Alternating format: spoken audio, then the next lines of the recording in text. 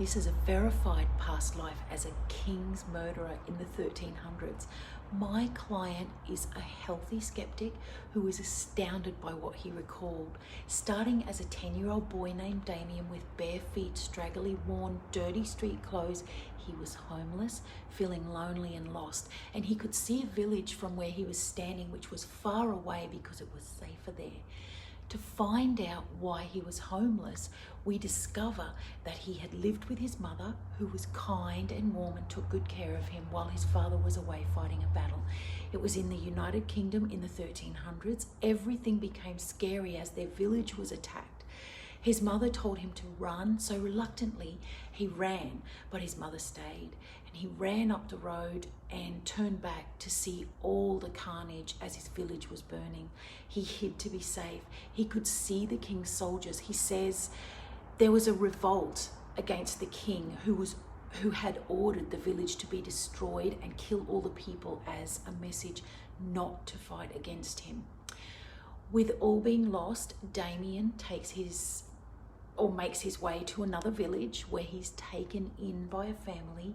At the age of 20, he's going to war against the king's men. He's filled with hatred of this king for killing his mother, and he's seeking revenge. He was looking forward to it and was not afraid. On the contrary, he said he was ready to fight.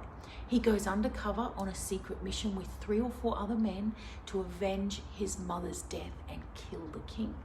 So disguised as guards, Damien and the others sneak into the castle where the king is sleeping. They hold him down while Damien puts a red-hot poker inside his anus to burn his insides and organs so that they do not leave any visible evidence. The others hold the king down and keep him quiet while the fatal wounds are inflicted. When the king is dead, Damien feels satisfied. He's feeling on top of the world from his accomplishment, saying that this king was not a kind king, and by killing him, he had relieved all of the people of his cruel way of ruling. But now, Damien could not risk being found out. The others disperse, never to meet again, and Damien flees to France, to a city, a total contrast to his village life. There, he meets a woman and they live outside of the town. He never tells her or anyone that he killed the king. It's unsafe, so he chooses not to tell anyone to protect them. He goes on to lead a quiet life. He fathers 2 boys and is very protective of them.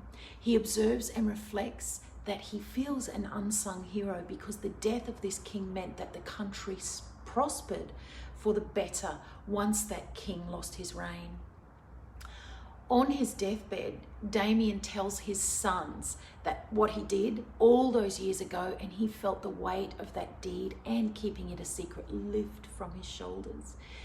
In a recall session, I always prompt for a message after the death so that the client's soul shares a profound message related to their current life. Now, his message was to protect his family, to be humble, forgive himself, and release guilt.